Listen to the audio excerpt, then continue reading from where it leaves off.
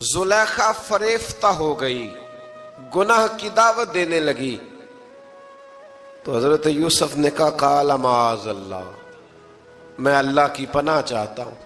سارے دروازے بند کر کے جب وہ پیچھے بھاگی، اصل حسین وہی شخص ہوتا ہے جو اپنے باطن کے حسن کو بچا لیا کرتا ہے۔ جو سوداگری کرنے لگے وہ تھوڑا حسین ہوتا ہے۔ حضرت یوسف علیہ السلام جب بھاگے تو اس نے پیچھے سے پکڑ کے کرتا کھینچا، کرتا پھٹ گیا۔ ابھی آپ دروازے تک پہنچے تھے، عزیز مصر خود آ گیا۔ اس نے آگے کہا یہ کیا ہو رہا ہے؟ تو اس نے مکر کیا، زلیخا نے کہنے لگی کہ ہونا کیا ہے، اس کو گھر میں رکھ کے پالا ہے، اب جوان ہوا ہے تو معاذ اللہ اس نے میرے طرف دست درازی کرنے کی کوشش کی ہے۔ حضرت یوسف پھر خاموش ہو گئے۔ بھائی بیچ رہے تھے تو پھر بھی خاموش تھے۔ کبھی کبھی کچھ چیزیں خاموش رہ کے سہنی پڑتی ہیں۔ زخم پہ زخم کھا کے جی، خون جگر کے گھونٹ پی، آہ نہ کر لبوں کو سی، یہ عشق ہے کو دل لگی نہیں۔ حضرت یوسف علیہ السلام پھر چپ ہے۔ زلیخا نے بڑی باتیں کی۔ ایک دانا آدمی تھا، قرآن کہتا ہے ایک بولا بولنے والا، ایک عقل مند بولا۔ اس نے کہا دیکھو، نہ زلیخا کی سنو نہ یوسف کی سنو، اگر تو کرتا آگے سے پھٹا ہوا ہے تو پھر غلطی ہے جناب یوسف کی، اور اگر پیچھے سے پھٹا ہے تو پھر زلیخا کی غلطی۔ حضرت یوسف کی معاذ اللہ پھر غلطی۔ تو عزیز مصر نے کرتا دیکھا تو پیچھے سے پھٹا تھا، لیکن امام قرطبی کہتے ہیں وہ کوئی عقل مند آدمی نہیں، وہ تو 4 مہینے کا بچہ تھا، وہ ایک 4 مہینے کا، وہ قریب تھا۔ حضرت یوسف علیہ السلام کی گواہی دینے کے لیے اللہ نے اسے زبان دی تھی۔ زلیخا کے ماموں کا بیٹا تھا، 4 مہینہ کا گہوارے میں لیٹا ہوا، جب بادشاہ سے فیصلہ نہیں ہو رہا تھا اور بادشاہ پریشان تھا عزیز مصر کے کسی کو جا کے بتاؤں گا تو کوئی کیا سوچے گا، اس کے گھر میں کیا کچھ ہوتا ہے۔ کہتے پریشان تھا تو پنگوڑے سے بچہ بول پڑا، کہنے لگا بادشاہ اگر تو کرتا آگے سے پھٹا ہے تو پھر معاذ اللہ غلطی حضرت یوسف کی، اگر پیچھے سے پھٹا ہے تو پھر زلیخا کی۔ تو کرتا پیچھے سے پھٹا تھا، حضرت یوسف کے حق میں گواہی مکمل ہو گئی۔ اب آہستہ آہستہ نا دربار میں محل میں بات پھیلنے لگی، تو بیویاں کہنے لگی اوہو زلیخا تو ایک غلام پہ عاشق ہو گئی ہے، ایک غلام پہ۔ تو زلیخا کہنے لگی تم اجے میرا محبوب نہیں ڈٹھا۔ یہ رٹے ڈالنے والے دیکھتے نہیں اور دور کھڑے رہ کے کہانیاں سناتے رہتے۔ اس نے کہا تو نے ابھی دیکھا نہیں نا، تو نے ابھی یہ کیا پتا ہو کہ ماجرا کیا ہے؟ تو کہنے لگی نہیں تو غلام پہ۔ اس نے کہا چلو تجربہ کراتی ہوں۔ ساری عورتوں کو بٹھایا، ہاتھ میں ایک ایک سیب دیا، ایک ایک چھری دی، اور جب پوری تیاری ہو گئی پھل کاٹنے کی عورتوں کی تو جناب یوسف سے کہا ذرا جھلک تو دکھاؤ۔ تو حضرت یوسف نے جب جھلک دکھائی تو قرآن کہتا ہے سیب کاٹنے کی بجائے ہاتھ کاٹ لیے، اور کہنے لگی اوہو یہ کوئی بشر نہیں، یہ تو کوئی فرشتہ ہے، یہ کوئی فرشتہ ہے، یہ تو کوئی اللہ تبارک و تعالیٰ کی طرف سے آنے والا کوئی کرامت والا، عزت والا، شان والا فرشتہ ہے۔ تو حضرت زلیخا کہنے لگی سمجھ آئی ہے پھر تو مجھ پر شکوہ کرتی تھی۔ تو اب وہ بات بھی آہستہ آہستہ پھیلنے لگی کہ حضرت یوسف علیہ السلام کی غلطی نہیں، غلطی زلیخا کی۔ اب بادشاہ نے زلیخا سے کہا کہ اگر تو میں تیری بات کروں تو تیرے ساتھ میری بدنامی کا بھی ڈر ہے، کیا کرے؟ طے یہ پایا کہ حضرت یوسف کو جیل میں ڈال دیا جائے۔ پہلے بھائیوں کے تھپڑ، پھر کنواں، پھر مصر کی منڈی، پھر زلیخا کا الزام، اور پھر باری آ گئی جیل جانے کی۔ حضرت یوسف علیہ السلام کو جیل میں، کچھ نے لکھا ہے 12 سال جیل میں رہے، جیل میں ڈال دیا۔ حضرت یوسف علیہ السلام جیل میں کیا کرتے؟ واعظ فرماتے، تبلیغ فرماتے، لوگوں کو اللہ کی توحید کی دعوت دیتے۔ وہاں جیل میں نا ایک شخص نے خواب دیکھا، اس نے دیکھا کہ میرے سر پہ نا پرندے کھا رہے، تو حضرت یوسف کہنے لگے اس کی تعبیر یہ ہے کہ تجھے قتل کیا جائے گا اور تیری لاش کچھ دیر پڑی رہے گی تو پرندے تیرے سر پہ آ کے بیٹھیں گے، یہ تعبیر ہے۔ ایسا ہی ہوا، واقعی وہ شخص قتل ہو گیا۔ ایک شخص نے دیکھا کہ وہ شراب کشید کر رہا ہے، اس نے بھی تعبیر پوچھی تو آپ نے فرمایا تو اپنے بادشاہ کو پلائے گا۔ محسوس ہوتا ہے کہ اتنی دیر تک شراب ناجائز نہیں تھی، تو اس کو شراب پلائے گا، یہ اس کی تعبیر ہے۔ وقت گزرتا گیا، وقت جو ہوتا ہے نا، وقت یہ خود بخود لوگوں کی بے گناہی ثابت کر دیتا ہے۔ ایک وقت میں نا پراپوگنڈا ہوتا ہے تو ہر آدمی پراپوگنڈے کا شکار ہوتا ہے، پھر جب وقت گزرتا جاتا ہے تو خود بخود وقت کا گزرنا کچھ چیزوں کا خود بخود حل بن جاتا ہے۔ حضرت یوسف علیہ نبینا علیہ السلام کو جب 12 سال بیت گئے تو بادشاہ نے، عزیز مصر نے خواب دیکھا۔ اس نے خواب دیکھا کہ 7 موٹی تازی گائیں دبلی پتلی گائیں کو کھا گئی، اور 7 خشک بالیاں ہیں اور 7 سرسبز و شاداب بالیاں ہیں۔ اپنے وزیر سے کہنے لگا کوئی تعبیر والا بندہ ملے۔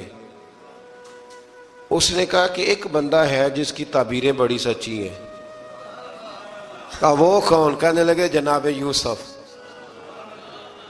تو قید خانے میں پیغام بھیجا حضرت یوسف کو کہ خواب کی تعبیر بتائیں، تو جناب یوسف نے یہ نہیں کہا پہلے مجھے باہر نکالو، یہ نہیں فرمایا۔ فرمایا تعبیر یہ ہے، یہ جو 7 خشک بالیاں دیکھی ہیں نا، اس کا مطلب ہے کہ 7 سال تنگ دستی رہے گی، اور 7 سرسبز بالیاں دیکھی ہیں تو پھر 7 سال اللہ خوشحالی دے دے گا۔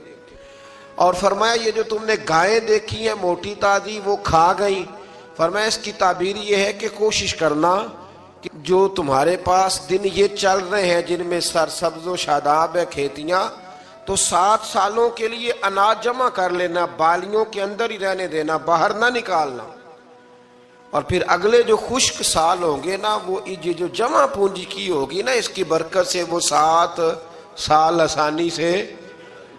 اس پر ہمارے مفسرین نے لکھا ہے، اس آیت پر صوفیاء اور بزرگ تو کہتے ہیں نا سارا اللہ کے راستے میں دے دو، یہ بھی بات اچھی ہے، لیکن اگر کوئی اپنے بچوں کے لیے آنے والے وقت کے لیے کوئی چیزیں سنبھال کے رکھے تو یہ بھی سورہ یوسف سے ثابت ہے، یہ بھی سورہ یوسف سے، تو یہ بھی کوئی ایسا فعل نہیں ہے جس پر کوئی شخص تنقید کر سکے۔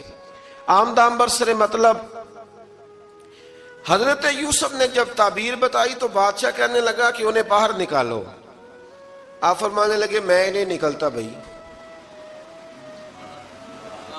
نہیں نکلتا میں جیل سے، یہی ٹھیک ہوں میں۔ آپ کیوں نہیں نکلتے؟ کہنے لگے پہلے اعلان کر کے لوگوں کو بتا کہ میں بے قصور ہوں۔ وہ جو تو نے پراپوگنڈا کیا نا اپنے منہ سے اعلان کر۔ اس نے جناب زلیخا کو بلایا، ان عورتوں کو بلایا، وہ عورتیں ساری سامنے آئیں، انہوں نے گواہی دی کہ یوسف تو بے گناہ ہے۔ پر سال کتنے لگ گئے؟ اللہ اکبر، 12 سال لگ گئے۔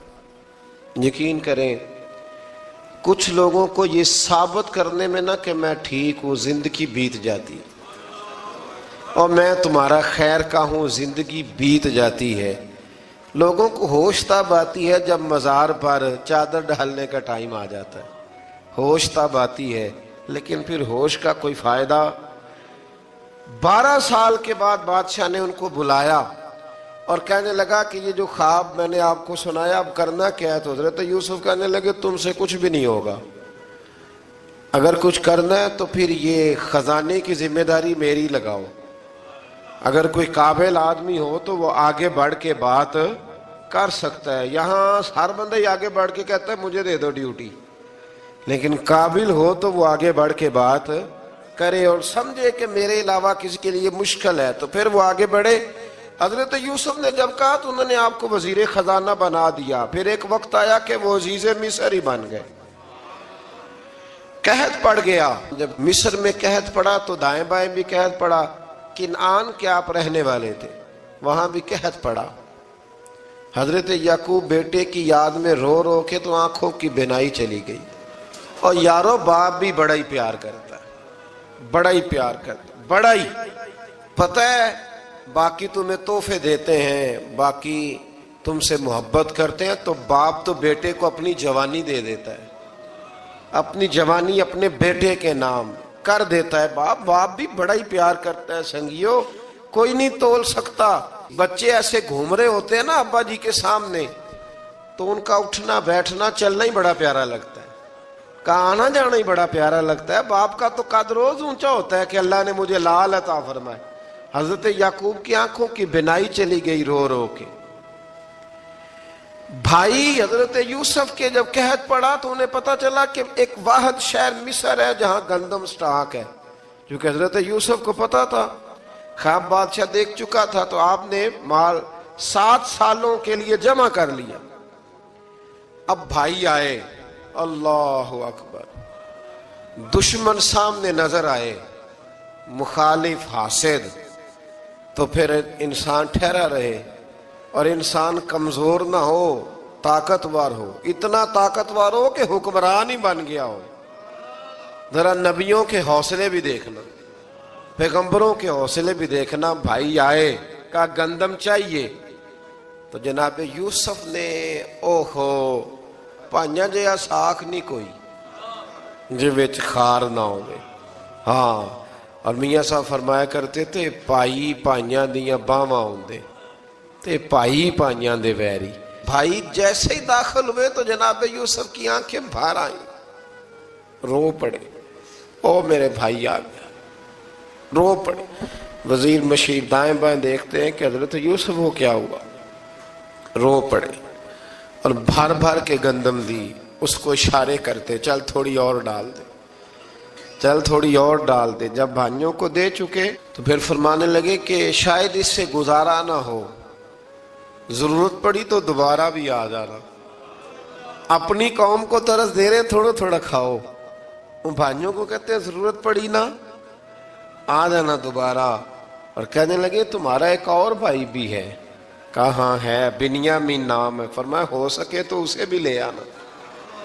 بھائی پیسے لے کے آئے تھے گندم لینے کے لیے، اور جب واپس جانے لگے تو حضرت یوسف نے ان کی رقم دوبارہ رکھ دی، وہ دوبارہ ان کی بوریوں میں رکھ دی۔ گھر جا کے انہوں نے کھولی تو گندم بھی تھی اور پیسے بھی تھے۔ اب بھائیوں سے پیسے تھوڑی وصول کرنے، جا کے اپنے والد سے کہنے لگے ابا بادشاہ بڑے دیکھے ہیں پر اس میں کوئی خوشبو دیکھی، تو اس نے کہا ہے کہ اپنے دوسرے بھائی کو بھی لے کے آنا، تو بنیامین کو لے جائیں۔ حضرت یعقوب فرمانے لگے پہلے بھی تم پہ بھروسہ کر چکا ہوں، بار بار نہیں کروں گا، یوسف گوا چکا ہوں۔ پوتے بول پڑے، کہنے لگے دادا جی آپ تو ہر وقت یوسف یوسف ہی کرتے رہتے۔ انہوں نے ضد کی، اصرار کیا، تو جناب بنیامین کو ساتھ وعدہ لے کے، عہد لے کے، قسم لے کے بھیج دیا حضرت یعقوب نے۔ جناب بنیامین بھی پہنچے مصر میں، یہ دونوں ایک ماں سے تھے، سگے دونوں تھے۔ حضرت یوسف نے جناب بنیامین کو دیکھا تو اپنے ساتھ بٹھا لیا، اور ذرا باتیں کر کے نا ادھر بیٹھ جاؤ ادھر بیٹھ جاؤ، اچھا نہیں ہے جگہ آپ ادھر آ جاؤ میرے ساتھ بیٹھ جاؤ، بھائی تھا نا سگا، اچھا چلو ٹھیک ہے آپ ادھر آ جاؤ۔ بھائی کو ساتھ بٹھا لیا، اور پھر جب چیزیں دینے لگے تو کان میں کہنے لگے، وہ پریشان تھے نا حضرت بنیامین کی یہ بندہ کیا کر رہا ہے، تو کان میں کہنے لگے میں بھائی ہوں تیرا، میں یوسف ہوں۔ تو اس طرح کہا یار تھوڑے دن میرے پاس رہ نہیں جاتا، تو حضرت بنیامین کہنے لگے رہ جاتا ہوں۔ رہ گئے جناب بنیامین۔ اب کہا نہیں میں نہیں بھیجوں گا۔ کچھ لوگوں نے یہ لکھا ہے کہ حضرت بنیامین کے جو بوری تھی اس کے اندر انہوں نے تھیلے کے اندر شاہی پیالہ رکھ دیا اور فرمایا اس کو ہم نہیں جانے دیں گے، ہمارا پیالہ کیسے، یہ نہیں کہا کہ یہ چور ہے، کہا پیالہ کیسے آیا اس کے تھیلے پہ، لہذا یہ ابھی ہم رہے گا ہمارے پاس، دیکھیں گے۔ وہ باقی چلے گئے تو یہودا کہنے لگا کہ میں نہیں جاتا، میں یہیں ٹھہروں گا، اس لیے کہ میں باپ کو کیا بتاؤں گا کہ پہلے بھی میں کرتا میں ہی لے کے گیا تھا یوسف کا، اب میں کیا بتاؤں گا۔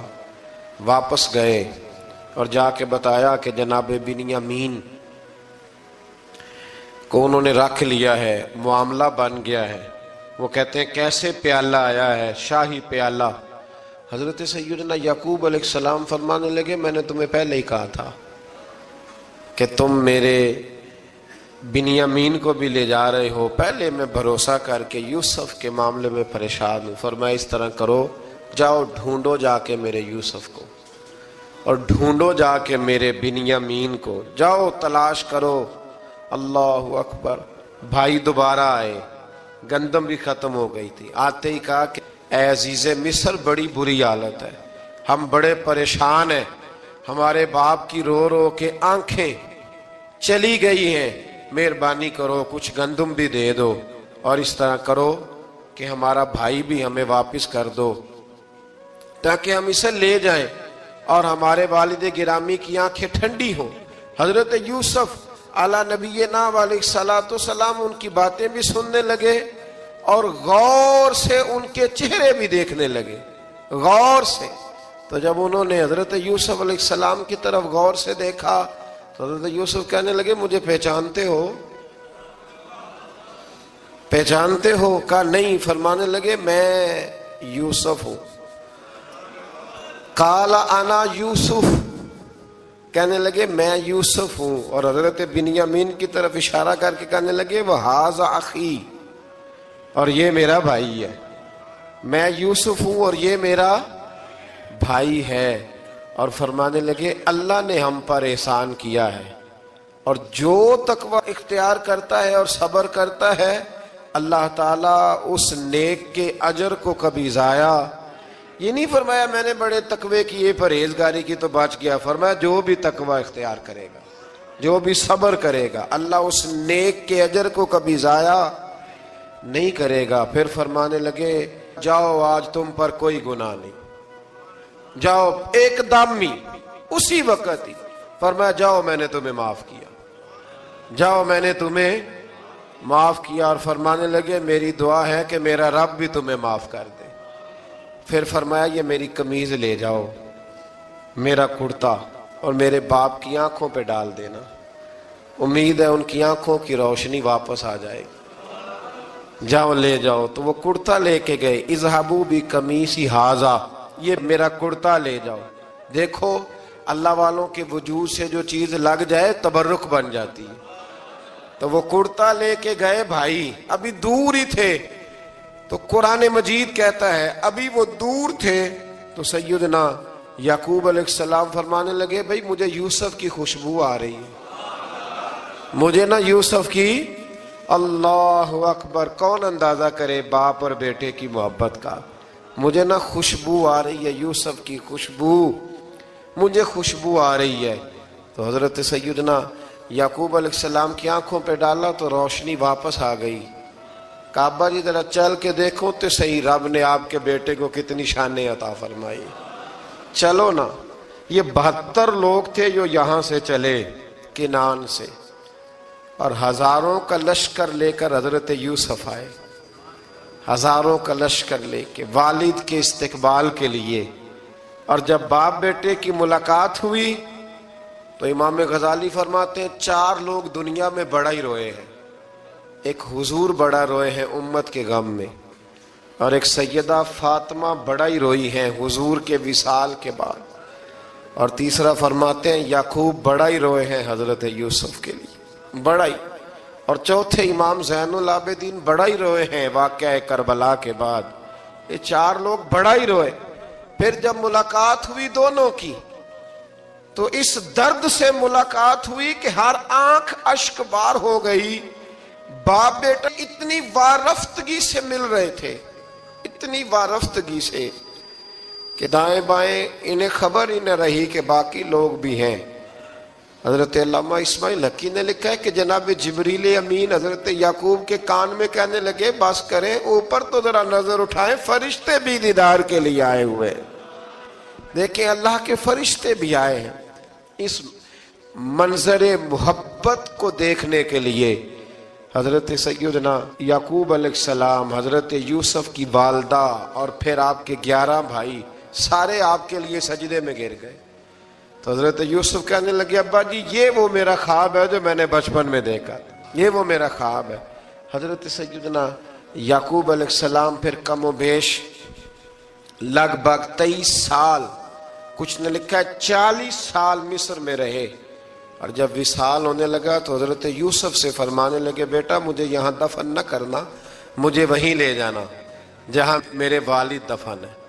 وہاں جا کے وہ دفن ہوئی۔ حضرت یوسف علیہ السلام نے پھر سالوں حکومت کی مصر پر، پھر وہیں ان کی تدفین ہوئی، اور جب تدفین ہوئی تو اختلاف ہو گیا، ہر قبیلہ کہتا تھا ہم نے اپنی طرف یوسف کو دفن کرنا ہے، اس لیے کہ جس طرف ان کو دفن کریں گے خوشحالیاں ہوں گی۔ پھر فیصلہ ہوا کہ سنگ مرمر کے تابوت میں رکھ کے حضرت یوسف کو دفن کیا جائے، اور دفن کرنے کے بعد ایسی جگہ پہ دفن کیا جائے جہاں سے پانی چھو کے گزرتا ہے۔ تو ان کو وہاں دفن کیا گیا، پانی چھو کے گزرتا تھا، لوگ کھیتیوں کو لگاتے تھے اور مصر سرسبز و شاداب رہتا تھا۔